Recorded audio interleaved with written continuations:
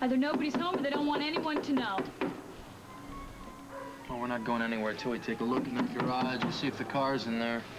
If you're the detective, how do you plan on getting in?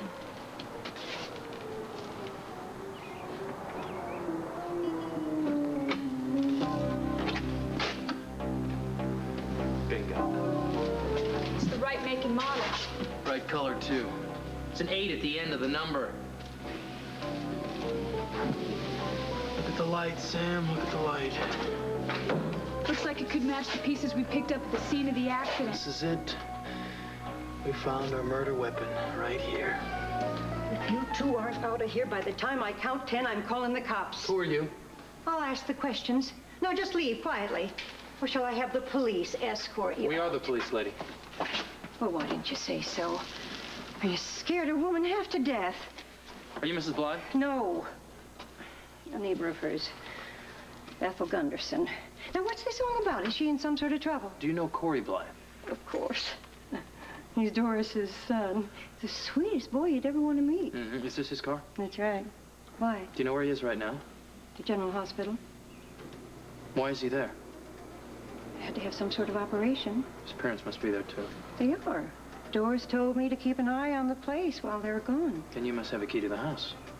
I do. Why do you need to get inside? The family must have a photo of their son. I need to see a picture of him. I don't know. I'm not in the habit of letting strangers into my friends' homes, even though the strangers carry... I have a search warrant. Your cooperation would be greatly appreciated. I lost a loved one not too long ago. I'm here to find out why. You may hold the key. I'll open the door for you. I just hope you find what you're looking for. Thank you. Back to you. Mm-hmm.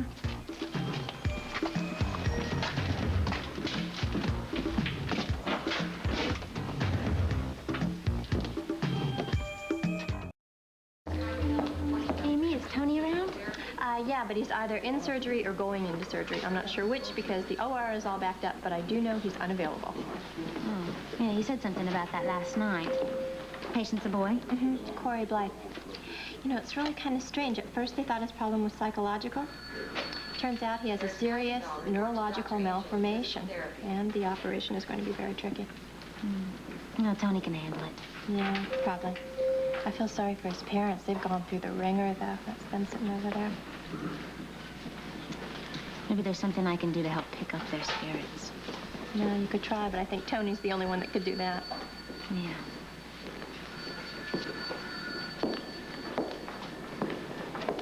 Excuse me, Mr. and Mrs. Blythe? Oh, yes. Hi, I'm Felicia Jones. I'm Dr. Jones's sister-in-law. How do you do? He sent you for us. Is something wrong? Oh, no, nothing. I just came over to give my support. I don't know your son, but I can tell you this much. He's in good hands. Tony's a good neurosurgeon. We appreciate your concern. We are so worried about our son. Corey's going to be as good as new. Tony will see to it. We are so thankful that he's in Dr. Jones's care. You know, that Tom Hardy tried to convince us that our son was insane.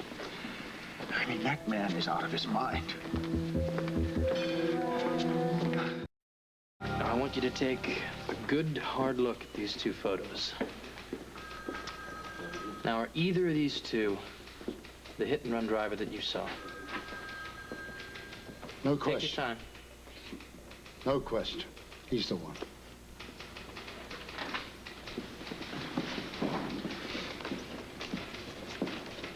Would you step down here, please, Betsy? You recognize either of these two men as the driver? That man was the man driving the car that ran over that poor woman. You're certain? Absolutely.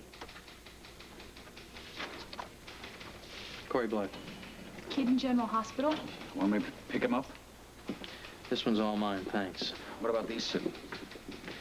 You're free to go. Don't breathe a word of this to anyone. One, you could be in big trouble if you do.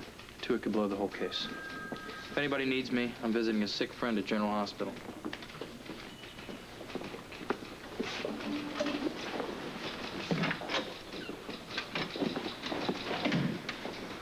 Yeah. That's right. Corey Blythe. B as in boy, L-Y-T-H-E. Get the news to every TV and radio station in town. Yeah, of course I got it. Great. 30. See ya. Right. Amy, Tony's really in OR. Yeah, they've been working on Corey for a while, didn't you know? Oh, no, I couldn't get to him in time. If only I'd spoken to him last night. Why? Would you have tried to convince him that Corey was insane, too? Thank goodness Dr. Jones knows better. How is Corey, Mr. Blythe? On the road to complete recovery, now that he's in the hands of real doctors and not a bunch of quacks like you. Now, I wouldn't fall behind on my malpractice insurance premiums if I were you. It serves you right if a judge ordered you committed to your own psycho ward and see how you like it. Please. This is neither the time nor the place. Forgive him, Doctor. He's very worried about our son. So am I, Mrs. Blythe. So am I. Why don't we go downstairs and get a cup of coffee in the cafeteria? I'm sure Corey won't be out of surgery for some time. It's a good idea. Dr. Desai, please call the floor nurses station. Dr. Desai, please call the floor nurses station. What are you doing here? I've been visiting with the parents of the boy Tony's operating on. Mr. and Mrs. Blythe, this is my husband, Frisco Blythe? Jones.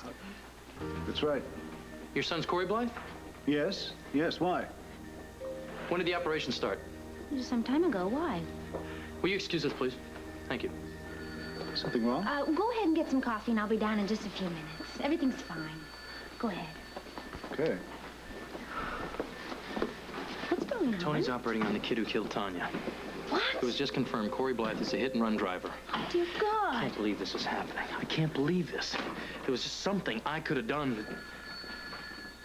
Or somebody else could have done. Tom!